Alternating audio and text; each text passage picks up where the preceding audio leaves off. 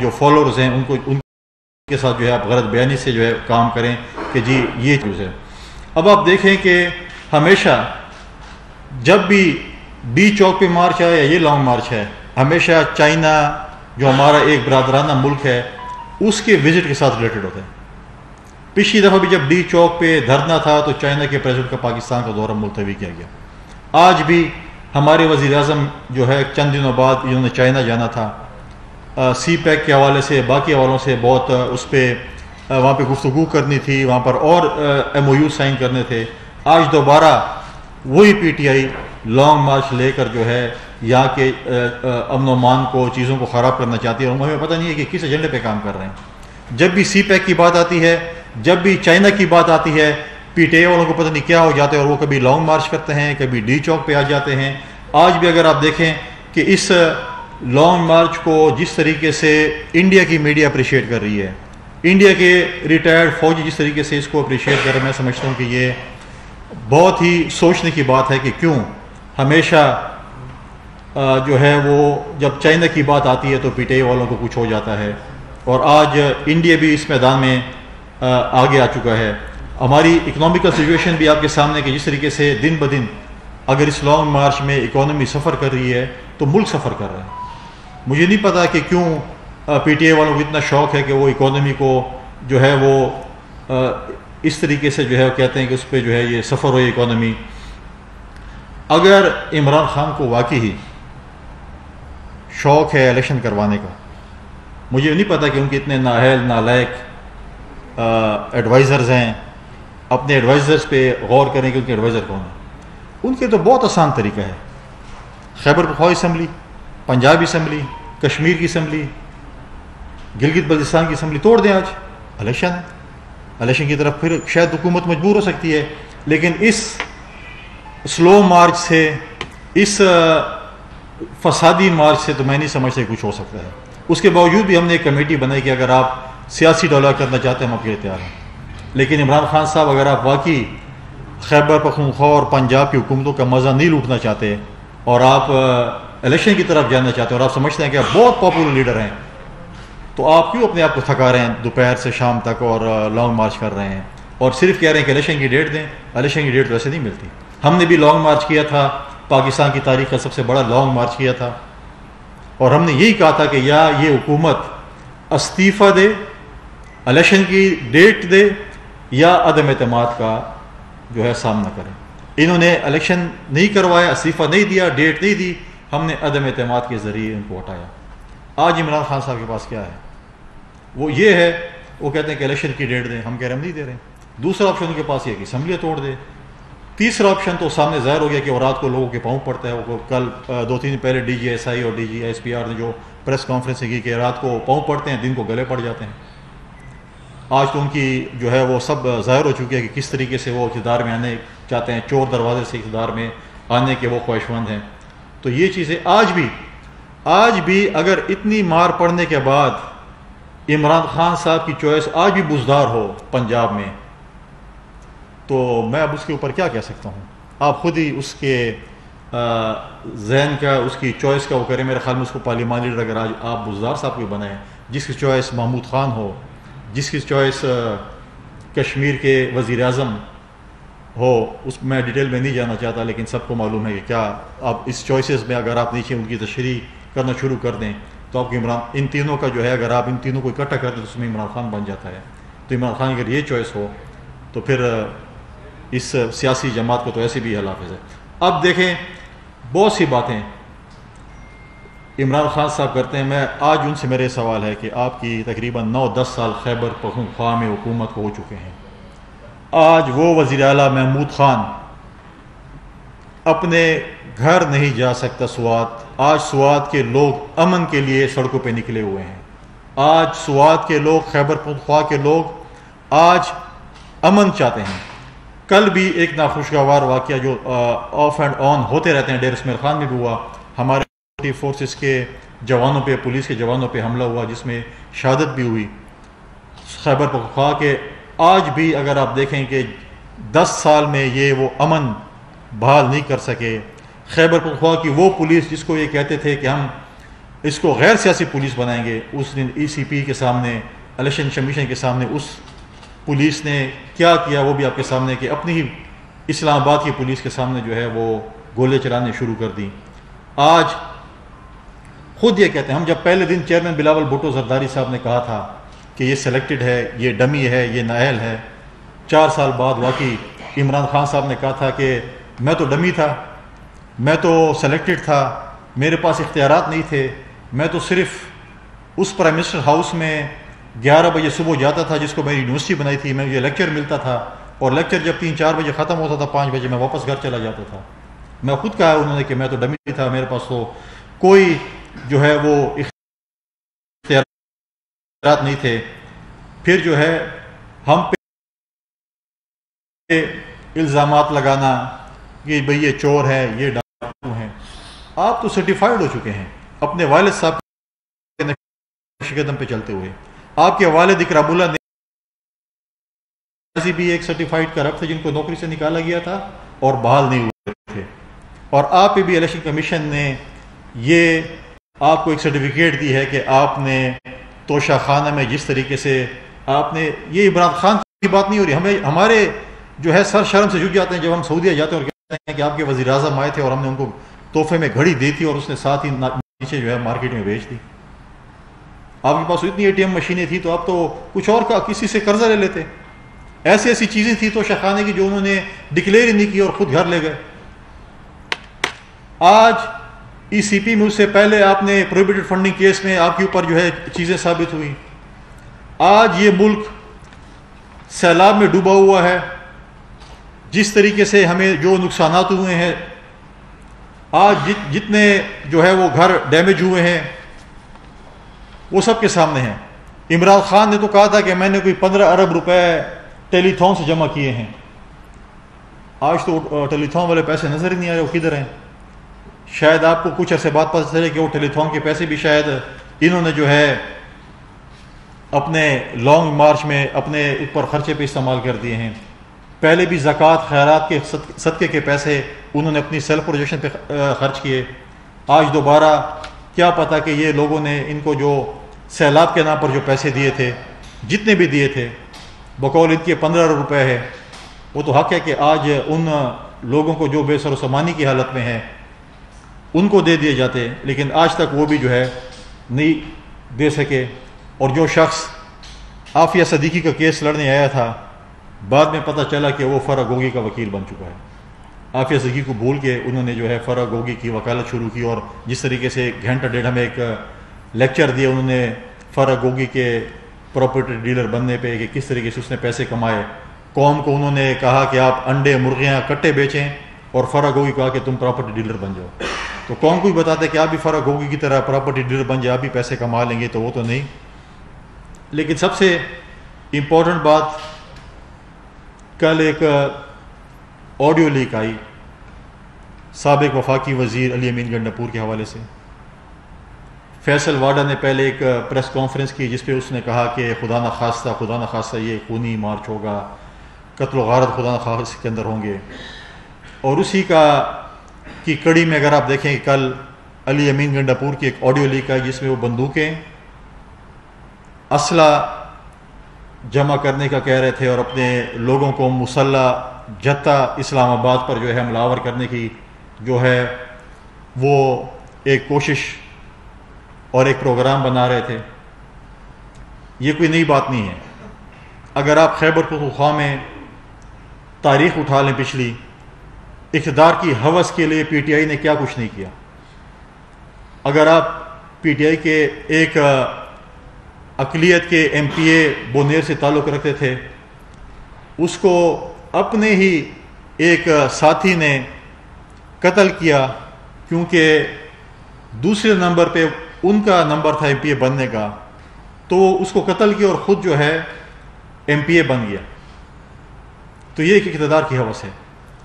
آج اگر آپ اپنے بات کی بات کریں، فیصل زمان نامی ایم پی اے جو اپنے ہی پارٹی کے وہاں کے لیڈران کے قتل میں ان کے اوپر کیس ہے، اس کو ایم پی اے ہاسٹل سے فرار ہوتے ہیں.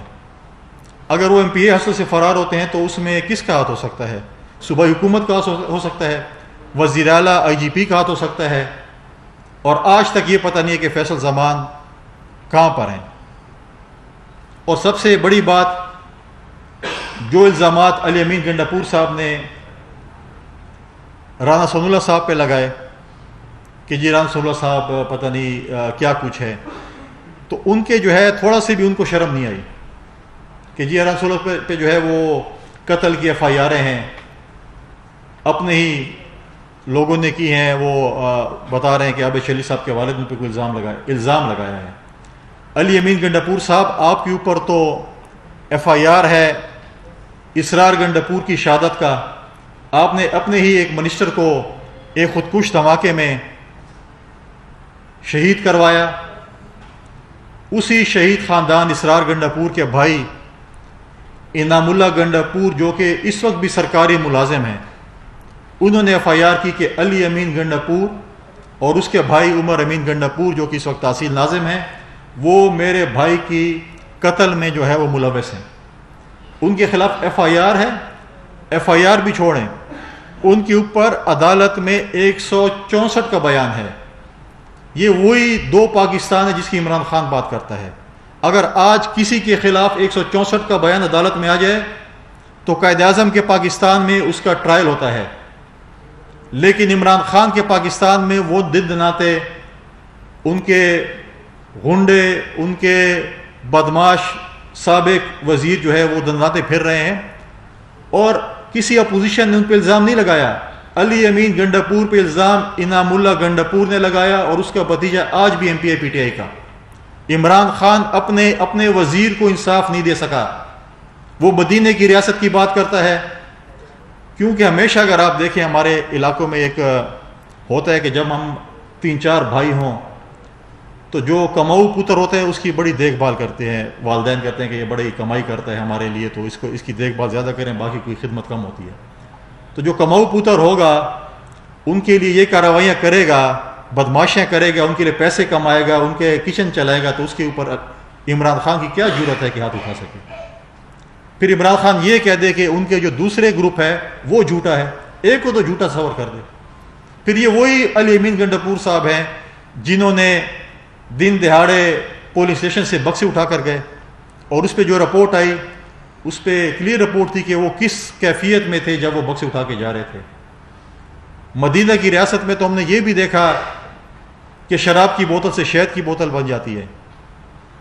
ہم نے یہ سنا تھا کہ جنت میں اس قسم کے ہمیں جو ہے وہ دودھ کی نہریں ہوں گی اور شہد ہوگا اور یہ چیزیں ہوں گی، تو مدینہ کی ریاست میں تو پاکستان میں انہوں نے دکھا دیا ہمیں کہ شراب کی بوتلیں بھی جو ہے وہ کماؤ پدر سے جو ہے وہ شہد کی بوتلیں بن جاتی ہیں۔ لہٰذا ہمارا آج بھی مطالبہ ہے چیف جسٹس آف پاکستان سے، میرا مطالبہ ہے صوبائی حکومت خیبر پختونخوا کی اس IGP سے، اس وزیر اعلیٰ سے، کہ آپ کے علی امین گنڈاپور، اسرار اللہ گنڈاپور کے قتل میں ملوث ہے، ان کے اوپر الزام ہے، ان کے اوپر 164 کا بیان ہے۔ میں چیف جسٹس سپریم کورٹ سے اور chief justice Peshawar high court سے مطالبہ کرتا ہوں کہ اس قتل کی انویسٹیگیشن کی جائے اور ہمیں بتایا جائے کہ واقعی اس میں علی امین گنڈاپور صاحب ملوث ہیں یا نہیں ہیں، تاکہ اس حقیقت پتہ چل جائے۔ لہٰذا اس قسم کی باتیں کرنا، اس قسم کے لانگ مارچ میں فساد پھیلانے کا پروگرام جو ہے وہ انشاءاللہ جو ہے وہ کامیاب نہیں ہوگا۔ ہم انشاءاللہ تعالی ہم آج بھی مذاکرات کے لیے تیار ہیں۔ الیکشن اکتوبر 2023 میں ہوگا۔ ہم عمران خان صاحب کے ساتھ ایک اچھا یہ کہہ سکتے ہیں کہ ڈیٹ وہ اپنی چوائس کی بتا دیں کہ اس نے کون سی تاریخ کو الیکشن کروانا ہے۔ یہی میری گزارشات تھی۔ آپ کے سامنے کوئی سوال ہو تو یاسر ملک صاحب یہ بتائیے گا کہ ماضی میں بھی ہم نے دیکھا کہ جب بھی اس طرح پولیٹیکل باتیں ہوتی رہی کہ بیک ڈور جو ہے وہ رابطے ہو رہے ہیں، تمام سب پارٹیاں کی جب پیپلز پارٹی نے بھی لانگ مارچ کیا تھا بھی کہا کہ بیک ڈور رابطے نہیں ہو رہے۔ ابھی پاکستان تحریک انصاف اپنی سوشل میڈیا پر ویڈیوز اور ٹویٹر کے اوپر تصویریں اپلوڈ کرتے ہیں کہ ہم سے ریلیٹڈ جو باتیں ہو رہی ہیں وہ بے بنیاد ہیں اور من گھڑت ہیں۔ کیا کوئی بیک ڈور رابطے ہوئے ہیں؟ کیونکہ آپ بھی اس وقت گورنمنٹ میں معاملے خصوصی بھی ہیں، تو کوئی ایک تو اس حوالے سے تصدیق کرے۔ دوسرا، زرداری صاحب نے جب ایسی بات کی کہ اگر ملک میں کو ہوتا ہے تو پاکستان پیپلز پارٹی عمران خان کے ساتھ ہوگی؟ نہیں، بالکل ایسی بات زرداری صاحب نے نہیں کی، اور میں پارٹی کے انفارمیشن سیکرٹری بھی ہوں۔ اگر ہوتا تو ہم آپ کو اس سے پہلے بھی ایک اور بھی زرداری صاحب کے ساتھ خبر منسوخ کی گئی کہ جی وہ ارلی الیکشن کی بات بھی ہوئی تھی، وہ ٹوٹلی غلط ہے۔ دوسری بات یہ ہے کہ کوئی ہمارا بیک ڈور اس وقت رابطے نہیں ہو رہے۔ ہاں یہ سننے میں آ رہا ہے کہ نائٹ ڈور رابطے تو کرتے رہے عمران خان صاحب، جدھر کرتے رہے تاحیات جو ہے لوگوں کو چیف آف آرمی اسٹاف بنانے کی وہ بھی کرتے رہے۔ تو عمران خان صاحب ہی بتا سکتے ہیں آپ کس کو تاحیات بنانا چاہتے ہیں؟ جی صاحب یہ بتا دیجیے کہ خواجہ سے تو کہہ دیے کہ آرمی چیف کی تعیناتی جو ہے وہ وزیر اعظم کی سوات کی ہے، تو جس طرح ایک کمیٹی بنائی گئی ہے عمران خان سے مذاکرات کے لیے، تو کیا اس طرح کی کوئی ایک کمیٹی بنائی جائے گی جب آرمی چیف کی تعیناتی جو ہے وہ کی جائے گی، جس میں تمام پولیٹیکل پارٹیز کو جو ہے وہ شریک کیا جائے گا؟ دیکھیں بالکل یہ وزیر اعظم کا پروگیٹو ہے۔ سیکرٹری ڈیفینس نے 3 نام بھیج دیں، اس کے بعد 2 نام اور بھی بھیج دیں اگر پرائم منسٹر کی خواہش ہو، اور 5 ناموں میں سے پرائم منسٹر صاحب نے 1 نام کو چوز کرنا ہے۔ پرائم منسٹر صاحب جو ہیں وہ اپنے اتحادی جماعت کے ساتھ بالکل مشاورت کر سکتے ہیں، اور وہ کرتے بھی رہتے ہیں، ہر آف اینڈ آن جو بھی کوئی ایشوز آتے ہیں کرتے رہتے ہیں۔ لیکن پرائی شادی میں عبداللہ دیوانہ کا کردار اگر عمران خان صاحب ادا کرنا چاہتے ہیں تو ہم نے تو ان سے مشاورت نہیں مانگی، ورنہ ان سے لیں گے۔ وہ کون کہیں کہ آپ بتائیں کس کو ہونا چاہیے، ان کا تو کوئی اس میں کوئی کردار نہیں ہے، اور نہیں ہم ان سے کوئی مشاورت کریں گے۔ آ رہا ہے آپ کی طرف، جی جی مائک ان کے پاس ہے۔ جی جی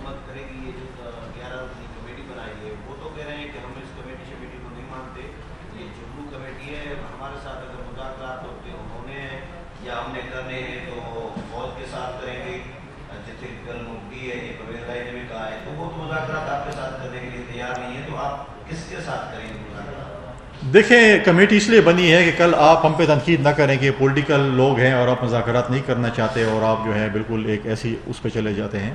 اس لیے ہم نے ایک پولیٹیکل کمیٹی بنائی جس میں تقریباً تمام اتحادی جماعتوں کے ممبران موجود ہیں۔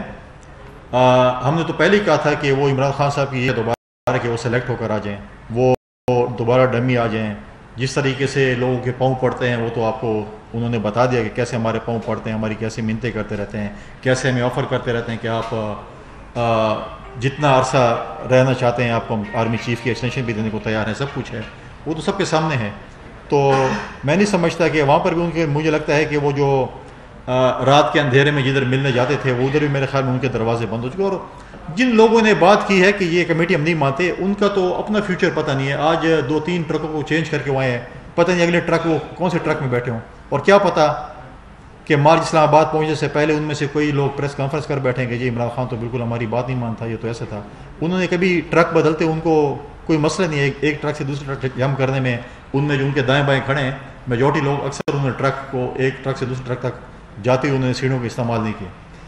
سر یہ بتائیے، آج خواجہ صاحب نے پریس کانفرنس کی، انہوں نے تو کلیئرلی کہا ہے کہ ہمارے کوئی مذاکرات نہیں ہو رہے، عمران خان کے ساتھ کوئی بات چیت نہیں کرے، لیکن آپ جیسے بتا رہے ہیں کمیٹی بنائی گئی ہے سارا سلسلہ، تو کون بات کر رہا ہے؟ ادھر سے عمران خان صاحب یہ کہہ رہے ہیں کہ ہم نے اپنے جو صدر ہیں پریزیڈنٹ ان کو وہ کیا ہوا عارف علوی ان سے بات کی جائے۔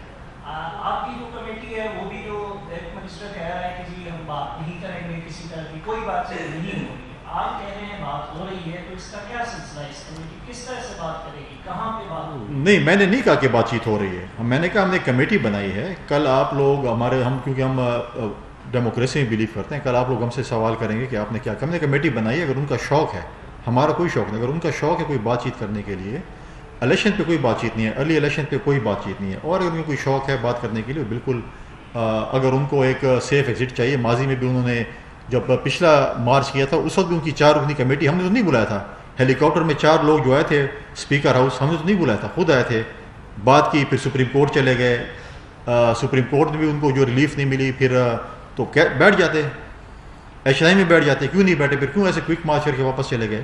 تو ایسی کوئی بات نہیں ہے کہ ہم ان کے ساتھ مذاکرات کر رہے ہیں، ہم نے کمیٹی بنے، اگر ان کا شوق ہے بات کرنے کا تو بالکل ہے، بات کریں، الیکشن پہ کوئی بات نہیں ہے، باقی جو بات چیت وہ کرنا چاہتے ہیں بالکل کریں۔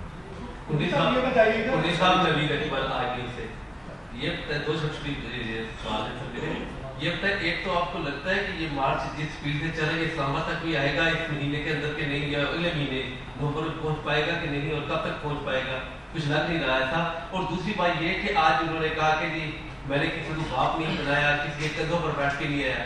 تو آپ کو کیا لگتا ہے کہ یہ کسی کے کندھوں پر بیٹھ کے آئے کہ نہیں, کیونکہ انہوں نے پیپلز پارٹی اور نون لیگ پر الزام لگا دیے کندھوں پر بیٹھ کے آنے کے یا باپ بنانے کے, تو انہوں نے کس کو بنایا نہیں بنایا, آپ کیا کہتے ہیں؟ دیکھیں اس کا آپ خود جائزہ لے لیں. مشرف کے ریفرینڈم میں کوئی, ہم تو ان کے ایجنٹ نہیں تھے, پول ایجنٹ کون تھا, اور خود ہی کہہ رہا تھا کہ میں تو ڈمی تھا, مجھے جو لائے تھے وہی کام کر رہے تھے, میں تو 4 سال کچھ نہیں کر سکا. اور میرا اپنا ذاتی وہ ہے ایز اے پولیٹیکل ورکر, یہ میں کوئی اتھینٹک خبر نہیں دے رہا ہوں, مجھے نہیں لگتا عمران اسلام آباد آئے گا. وہ پنجاب کی باؤنڈری میں کھڑا ہو کے ادھر سے ہوائی فائرنگ کرے گا, ڈائلاگ مارے گا, سلط مارے گا, سب کچھ کرے گا. میں نہیں سمجھتا کہ اسلام آباد کی باؤنڈری میں وہ انٹر ہوگا. جو شخص